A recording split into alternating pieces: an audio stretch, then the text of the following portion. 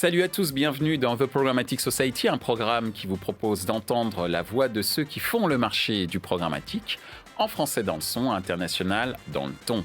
Une émission soutenue par Verizon, Didomi et Smile Wanted, avec pour partenaire média Redcard, partenaire opérationnel, le MBA spécialisé Digital Marketing and Business de l'EFAP. Ce contenu est accessible également en podcast sur les principales plateformes d'écoute. Cette semaine, notre thème est le suivant. La vidéo programmatique en 2021, croissance, enjeux, opportunités.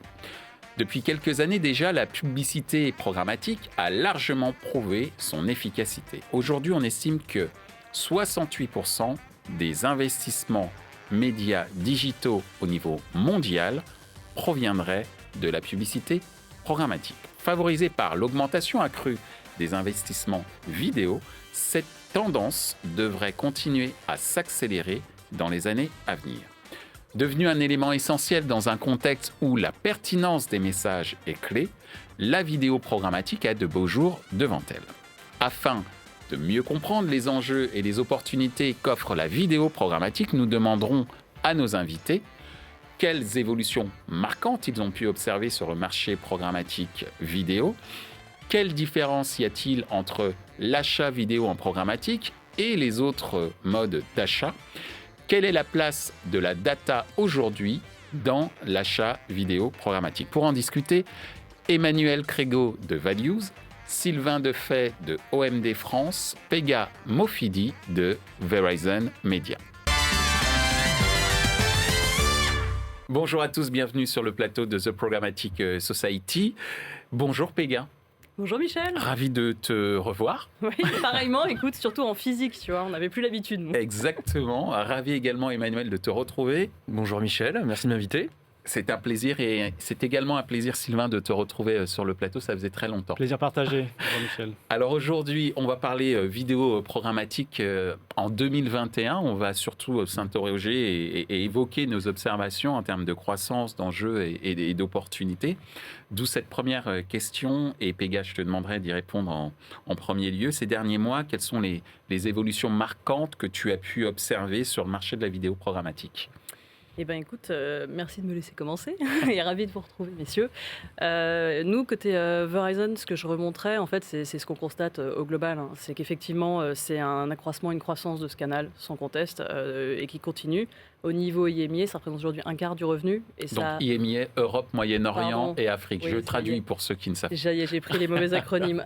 C'est ça. Et du coup, ça a même doublé entre Q4 et Q1. Donc ça se confirme. Et sur la France, c'est maintenant un tiers des revenus. Donc voilà, première tendance, ça se confirme, c'est effectivement la croissance avérée. Deuxième idée, c'est effectivement peut-être on dirait la CTV, Connected TV, qui reste quand même encore marginale en Europe et en France par rapport à ce qu'on constate évidemment aux États-Unis, où voilà, ça a doublé en 4 ans, c'est maintenant 44 minutes de temps passé par jour, donc c'est quand même assez impressionnant. Et le dernier point qui peut rester une crainte et peut-être un frein, c'est la crainte qu'il peut y avoir sur la qualité des inventaires, sur la taille des players, ce genre de choses. Et c'est vrai que chez Verizon Media DSP, effectivement, on offre sur les campagnes vidéo spécifiquement les vérificateurs de brand safety tiers. Donc brand safety, visibilité pré-bid avec Moat et Nielsen DAR, donc sans frais. Merci, merci Pega pour ces précisions. Ce qui est clair, c'est qu'effectivement, la notion de qualité des inventaires est quand même clé, surtout sur un média qui joue beaucoup sur la fibre émotionnelle et sur la fibre impact d'un point de vue marketing. Et l'impact, justement, c'est l'affaire des agences. De ton point de vue, Emmanuel, ces derniers mois, quelles sont les évolutions marquantes que tu as pu observer sur le marché de la vidéo programmatique ? Est-ce qu'elles rejoignent celles que Pega vient de nous exposer ? Oui, et je pense que le marché se complexifie de plus en plus. C'est-à-dire que la frontière entre la télé et la vidéo est en train d'être de plus en plus fine. Donc c'est une bonne chose. Mais je pense que pour l'annonceur, ça peut être un peu perturbant parce que ça fait quand même beaucoup d'éléments, beaucoup de paramètres et qui se dire qu'est-ce qui est possible, pas possible, etc. Donc je pense que pour essayer de mettre un peu d'ordre, il y a un petit peu trois périmètres, 3 dimensions qu'il faut prendre en compte. Le premier qui est le mode de consommation du contenu. Est-ce qu'il est linéaire ? Non linéaire. Linéaire étant un contenu précis sur une chaîne ou sur une plateforme précise, mais surtout à un moment précis, qui est un peu en opposition avec le non linéaire, où je peux le trouver au moment que je souhaite. Le deuxième point, c'est un peu le terminal sur lequel on le consomme, le fameux device. PC, mobile, tablette, donc ça on connaît l'histoire dans le digital, mais évidemment se rajoute un quatrième device qui est la télé. Et j'y reviendrai parce que finalement c'est pas si simple que ça. Le troisième point, ça va être le mode de réception de ce contenu. Et là, pour reprendre l'histoire de la télé, c'est qu'effectivement la télé elle peut être connectée à Internet ou non. Et le mode de connexion peut être différent. Soit la télé est directement connectée, c'est le principe d'une Smart TV, soit via une box opérateur. Et en fonction un petit peu de ces trois dimensions-là, on va avoir plus ou moins de capacité de ciblage et plus ou moins de capacité de mesure. Par exemple, si je consomme un contenu non linéaire sur une plateforme de replay d'une chaîne de télé, sur un mobile ou sur une télé qui est connectée via une box, effectivement, je n'ai pas tout à fait les mêmes capacités de ciblage. Et je pense que l'enjeu des prochains mois et même prochaines années va être effectivement de pouvoir rationaliser la data et pouvoir se retrouver effectivement avec des segments, des capacités de ciblage qui vont être interopérables, on va dire, quels que soient les inventaires et quels que soient les modes de consommation et les devices. Merci Emmanuel. Donc ce que je retiens, c'est cette notion effectivement de ciblage et mesure qui sont quand même deux clés, j'allais dire les deux piliers pour, entre guillemets, justifier une stratégie de communication sur ce média vidéo. J'ai bien compris que ce média vidéo, appelait une réflexion sur le mode de consommation de cette vidéo, le type du device sur lequel cette vidéo est consommée, et puis surtout le mode de réception connexion, qui tout ça a une incidence sur ce fameux ciblage et sur cette fameuse mesure sur lesquelles les annonceurs demandent de plus en plus de transparence. Merci de ton point de vue, Emmanuel. Quel est le tien, Sylvain ? J'ai d'abord amené des données marché, si vous voulez, pour montrer la croissance du programmatique en vidéo, qui a grandi de plus de 22% l'année dernière, alors que le marché était flat pourtant. Donc on voit bien le phénomène de rattrapage. Quand le programmatique a grandi de 20% en vidéo, la vidéo elle-même n'a pas beaucoup grandi. Donc il y a un rattrapage des achats programmatiques par rapport au classique. Je voulais aussi rappeler le CPM moyen qui a été publié par l'IAB l'année dernière, qui était je vais chercher la donnée, à hauteur de 6,56. Et puis l'effet de rattrapage qu'on constate pendant l'année, il y a vraiment un effet d'offre et de demande, puisqu'en pleine crise Covid, on était à 5,20 € du CPM, et on a fini l'année à 7,4 €, plus 35% de croissance du CPM. Donc un fort effet de rattrapage. Chez OMD, on constate une montée en qualité de nos achats programmatiques vidéo. Ce à quoi faisait référence Pega tout à l'heure. On a évidemment travaillé la visibilité, la complétion, mais on s'intéresse beaucoup à des notions d'audibilité, de visibilité à la fin de la complétion. On fait très attention également à l'expérience publicitaire, donc on fait attention aux achats vidéo autoplay qu'on limite, tout comme le son on par défaut. Et puis évidemment, on suit très près l'accès à l'écran télé. Donc on a la télé depuis les régies TV avec le replay, depuis un peu plus de 2 ans maintenant.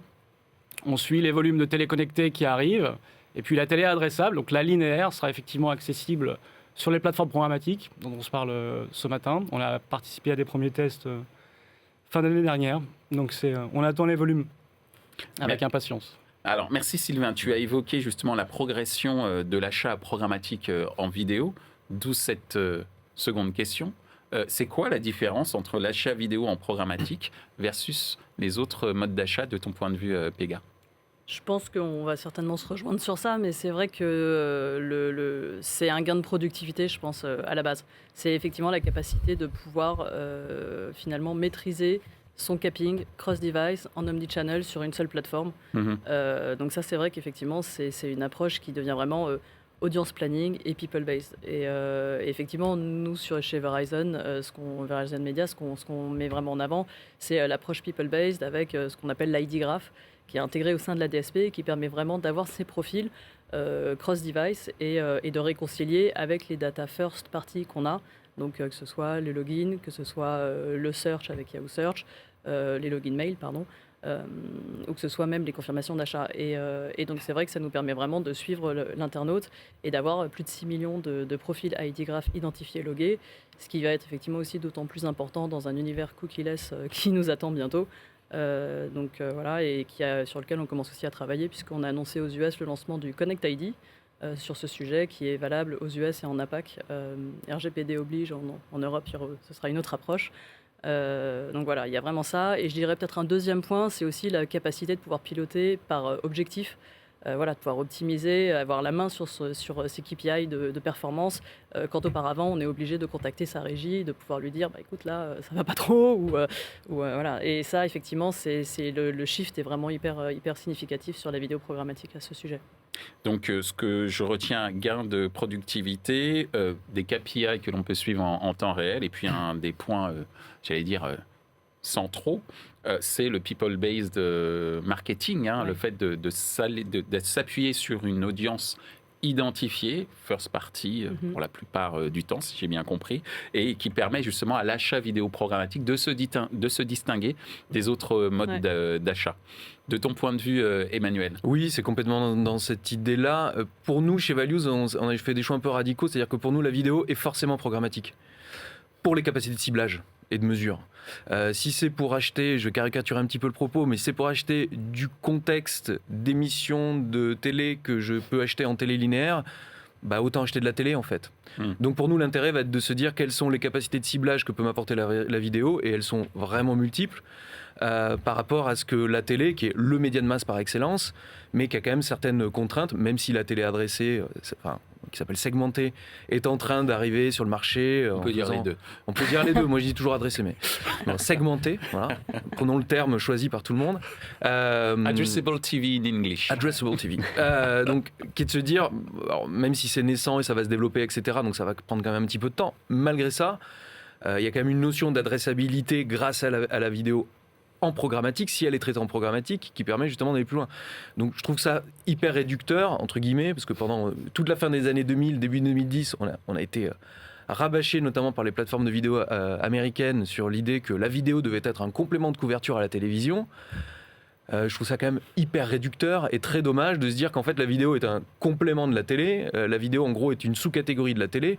Aujourd'hui c'est plus le cas. On a des audiences qui sont quand même beaucoup plus importante qu'il y a 10 ans, il y a des modes de consommation, on va pas redire ce qu'on a dit tout à l'heure. Mais... Et des segments de population qui sont beaucoup plus faciles à exploiter sur la vidéo programmatique plutôt qu'en télévision linéaire, je pense notamment aux jeunes. Tout à fait. Et l'intérêt pour nous, c'est de dire, si la vidéo apporte un intérêt, même si c'est exactement le même spot, ou pas d'ailleurs, qu'on va diffuser en télévision, le traitement programmatique permet de le faire.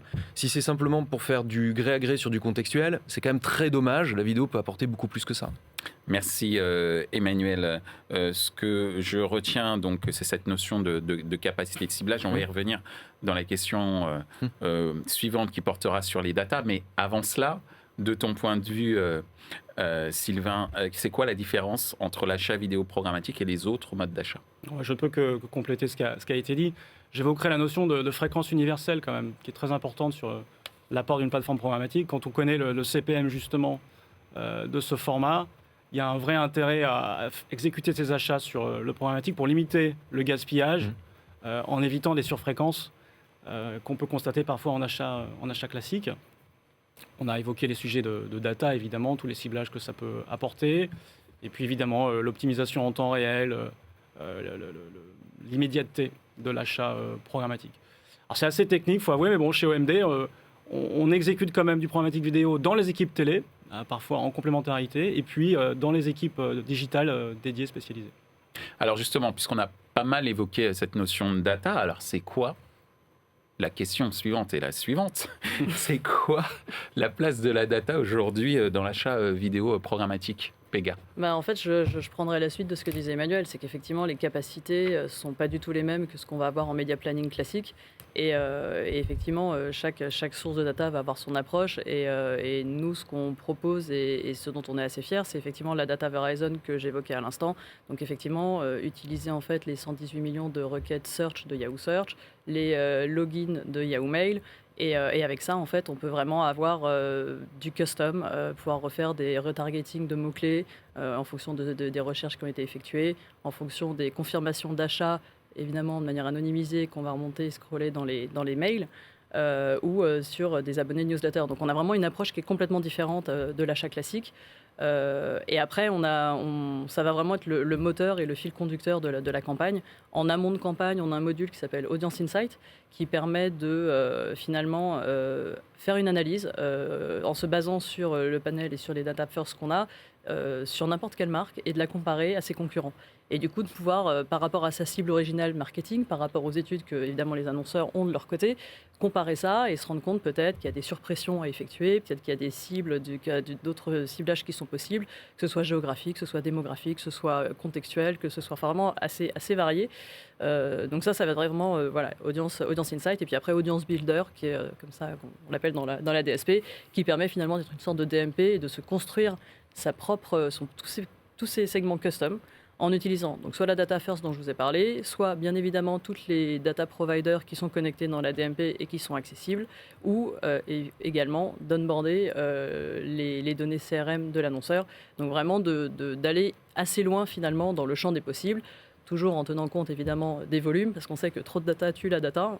et voilà. Et évidemment, on a aussi la possibilité d'avoir des analyses post-campagne avec des partenariats qu'on a avec Nielsen ou avec OnDevice. Donc, ce qui veut dire que le positionnement, j'allais dire, d'une régie, d'une technologie, mais également d'une agence, on va le voir dans quelques instants, c'est également d'adresser, ou en tout cas de proposer de plus en plus des services d'accompagnement de l'annonceur. Oui. Parce que bon, c'est bien d'avoir l'ensemble de ces outils, mais on sait très bien, c'est qu'une fois qu'on a les outils, un des problèmes qui se pose, c'est la gouvernance de ces mêmes outils. Oui. Et donc, ce que je comprends, c'est que à travers Audience Insight, par exemple, on a la plateforme, mais j'ai également des équipes qui accompagnent les annonceurs là-dessus. C'est certain que côté DSP, c'est primordial de ne pas donner une techno et de la laisser comme ça, sinon c'est qu'il n'y a pas d'usage. Et c'est valable, je pense, pour toute ad tech et même pour toute solution technologique.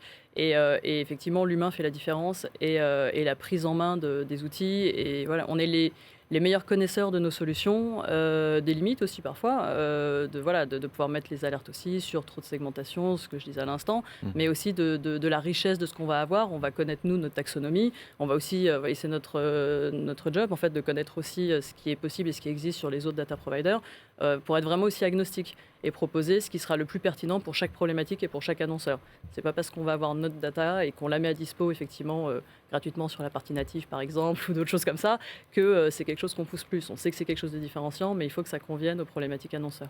Merci Pega. Alors on parlait à l'instant, Emmanuel, de l'accompagnement des annonceurs, et j'allais dire c'est un peu dans l'ADN de vos entreprises, messieurs, en tant qu'agence.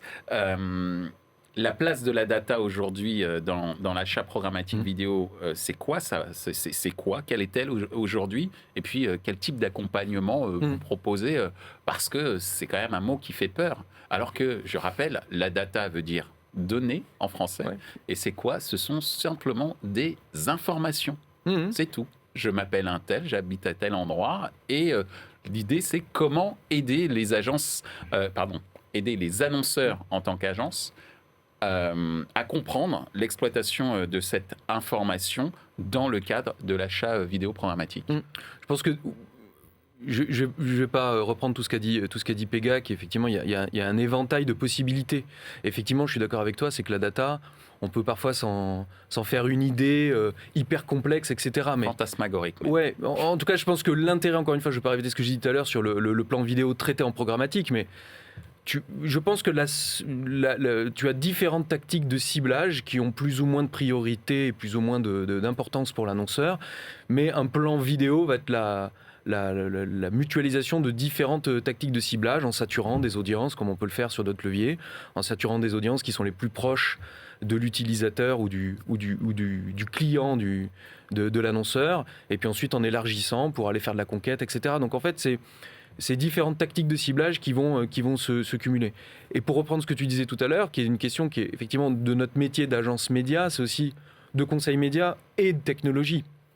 Puisque en fonction des ciblages et donc des données qu'on veut utiliser pour justement cibler et mesurer, parce qu'il y a aussi cette notion de mesure qui est quand même induite, effectivement, notre métier est aussi de recommander les bonnes technologies auprès du client. Alors, le bon DSP en fonction des données dans lesquelles on va les trouver.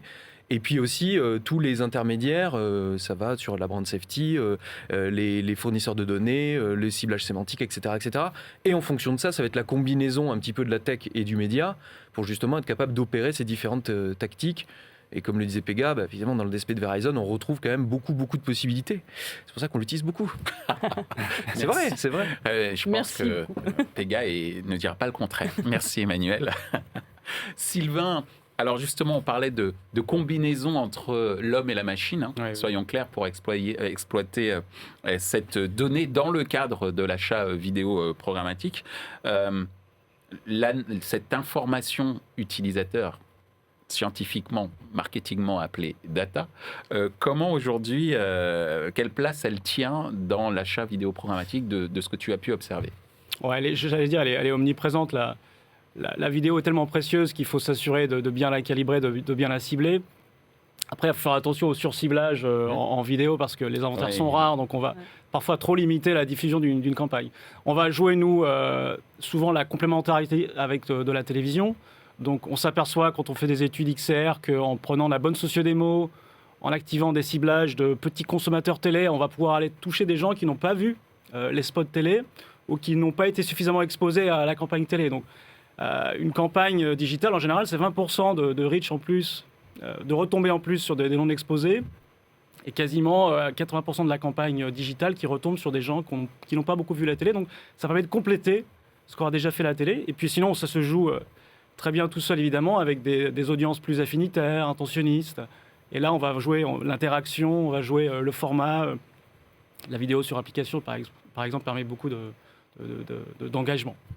Merci Sylvain. Alors, vous savez, cette émission, elle s'appelle The Programmatic Society. Et je le rappelle, pour ceux qui l'auraient oublié, que le programmatique, en termes de définition, ce n'est ni plus ni moins que le fait d'utiliser une technologie informatique pour gérer de la transaction publicitaire.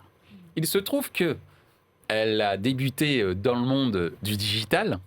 Il se trouve qu'aujourd'hui, on parle dans ce monde du digital d'un média de plus en plus présent, et tu l'as évoqué, Sylvain, en parlant de la progression des investissements, à savoir la vidéo programmatique, mais on est en droit de se dire que le programmatique, c'est également potentiellement demain d'autres médias. Donc, d'où cette dernière question qui dépasse un petit peu, j'allais dire, l'angle de la vidéo, qui est de dire comment voyez-vous l'évolution de l'achat programmatique sur le format vidéo, d'accord, mais aussi sur les autres médias. Pega. Eh bien, écoute, pour finir sur ça, je reprendrai ce qu'on disait un petit peu plus tôt et ce que disait Sylvain. On a parlé de la télé connectée, on a parlé de la télé adressable ou segmentée. Évidemment, c'est une tendance, avec le changement de la loi et avec les premiers tests qui se lancent, qui vont être importants dès qu'on aura du volume pour avancer là-dessus. Donc ça, c'est quelque chose qui va continuer. Et comme tu le disais, cette approche audience-data que permet de manière plus fine le programmatique n'a aucune raison de se limiter à la vidéo. Et on le voit déjà sur ce qu'on peut appeler les canaux émergents. Je parlerai de l'audio et du DOH. Et c'est vrai qu'on l'a, nous, déjà constaté, sans parler des États-Unis, mais déjà encore effectivement en Europe ou en France, surtout en S2 de l'année dernière, avec une explosion et vraiment le lancement sur la partie audio qui commence à devenir, qui est plus anecdotique du tout. Surtout parce qu'on a aussi connecté AdWiz qui permet d'avoir tous les inventaires des radios et des podcasts dans la DSP, en plus de Triton et en plus bien sûr des plateformes que sont Spotify ou Deezer. Donc le champ des possibles est maintenant assez vaste, avec des belles perfs en complétion. Et après, côté DOH, pareil, on a vraiment vu ça sur le deuxième semestre l'année dernière. Donc c'est vrai que la France n'est peut-être pas encore très en avance par rapport à d'autres pays, parce qu'on l'a vraiment comparé et on a vu que par exemple JC2Co avec son SS Playview a été connecté effectivement plus rapidement dans les autres pays, mais ça va arriver en France très rapidement là, courant Q2. Et effectivement, ça va vraiment changer la donne, sachant qu'il y a déjà d'autres inventaires qui sont déjà disponibles dans la DSP. On est vraiment sur une approche très globale qui permet de toucher partout la bonne personne, effectivement, au bon moment. Le fameux gimmick, on connaît la bonne personne au bon moment, au bon endroit. Enfin, avec bref, le bon message. Merci beaucoup, Pega. De ton point de vue, Emmanuel, comment tu vois l'évolution de l'achat programmatique sur le format vidéo, mais également sur les autres médias, comme l'a illustré à l'instant Pega? Alors pour moi, il y a deux notions. Encore une fois, désolé, je fais un peu mais dans le programmatique, tu as la notion d'automatisation et la notion d'adressabilité. La notion d'automatisation, en fait, on pourrait prendre plein d'exemples, mais si on reste un peu dans l'univers de la vidéo /télé, en fait, la télé a déjà fait quand même une partie même une bonne partie, ils ont quand même bien fait leur devoir, les régies, sur le côté automatisation. Le coût GRP garanti qui est arrivé en 2011, donc qui quand même automatise pas mal de choses. L'échange de données informatisées qui existe depuis 25 ans. Les plateformes de réservation en ligne que quasiment toutes les régies ont développées. Donc, il y a déjà un boulot qui a été fait sur cette partie-là. La difficulté dans cette automatisation maintenant, elle va être de pouvoir centraliser au même endroit avec un outil transactionnel. Pas uniquement décisionnaire, parce que l'outil de média planning télé qui est Popcorn permet de faire du décisionnel, mais pas du transactionnel réellement, achat en temps réel. Ça, c'est le sujet d'automatisation. Mais l'annonceur, au final, ça, c'est un problème d'agence et de régie. C'est un problème de productivité entre les deux sur le workflow, etc. Mais l'annonceur te dira, si votre métier est plus ou moins automatisé, à la rigueur, c'est votre problème. Par contre, l'adressabilité, ça, c'est un sujet pour l'annonceur. Et on en revient à l'histoire de la data, donc le scale de data, etc. Si on fait le parallèle avec la télé segmentée, qui démarre depuis décembre, on a été parmi les premiers à tester en décembre. Voilà, effectivement, ça va monter au fur et à mesure, le scale, parce qu'il y a plein de contraintes de recueil de consentement. Enfin, il y a plein d'émissions du Programmatic Society qui ont été déjà sur le sujet, donc consultez-les. Le numéro 88, je crois. Voilà, donc, regardez là, numéro 88, 89, 92, Bonne mémoire. et sur lequel tout est très bien détaillé. Mais effectivement, voilà, il y a cette progression-là qui va être là. Donc je pense qu'effectivement, il y a ce double sujet, et on va en revenir sur l'accès aux data. Et aujourd'hui, par exemple, sur la télé segmentée, et ça n'engage que moi ce que je vais dire là, c'est qu'on a une problématique pour pouvoir un vrai scale de marché, c'est que la donnée aujourd'hui n'est pas accessible du côté de l'acheteur. La donnée de l'opérateur, elle est accessible entre l'opérateur et la régie. Ce sont des bundles média plus data qui sont commercialisés auprès des acheteurs. Aujourd'hui, l'acheteur n'a pas, entre guillemets, d'intelligence puisqu'il n'a pas accès à cette donnée. Tu vois, ça, par exemple, c'est un exemple qui est comment arriver à exciter un marché et faire qu'en sorte il y a un volume, c'est qu'aujourd'hui on ne parle pas la même langue, on n'a pas le même baromètre. Donc ça, encore une fois, c'est pas du tout une critique, les choses vont se mettre en place, ça prend du temps, il faut que les annonceurs comprennent ça aussi, mais le vrai sujet pour l'annonceur, il est sur l'adressabilité, il n'est pas sur l'automatisation. Merci Emmanuel, c'est bien de le préciser, puisque effectivement, ce qui compte pour l'annonceur, c'est que ces yaourts continuent à être vendus et consommés, et que l'automatisation de la transaction publicitaire qui amène à diffuser un message, c'est un petit peu le cadet de son souci. C'est pas son sujet. On est d'accord. Donc c'est bien, ça nous permet de redescendre un peu d'un niveau en ce qui concerne nos égos respectifs, en tout cas surtout le mien. Merci Emmanuel. Sylvain, de ton point de vue, comment tu vois l'évolution de l'achat programmatique sur le format vidéo, mais aussi sur les autres médias? Je pense comme tout le digital, il va falloir qu'on accompagne le marché sur les sujets de privacy. Évidemment, programmatique associe data, ciblage.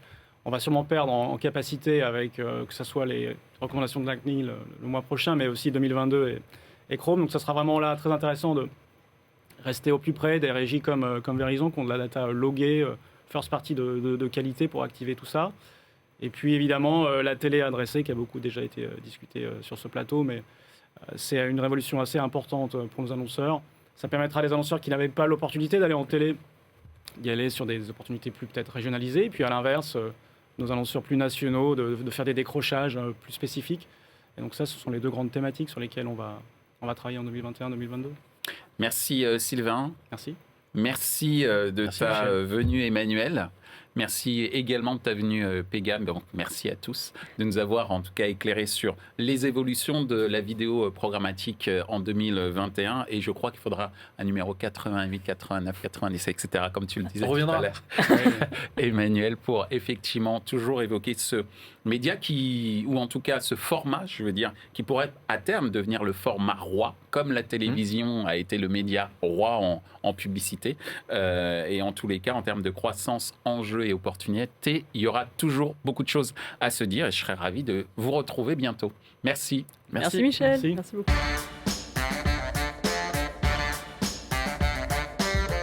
Ainsi s'achève ce débat autour de la vidéo programmatique en 2021. Ce contenu est accessible en podcast sur les principales plateformes d'écoute. Merci à Verizon, Didomi et Smile Wanted pour leur soutien, ainsi qu'à notre partenaire média, Redcard. Partenaire opérationnel, le MBA spécialisé Digital Marketing and Business de l'EFAP. Merci également à l'ensemble des équipes d'Altis Media pour la réalisation de ce programme. Post-production, traduction et sous-titrage par Uptown.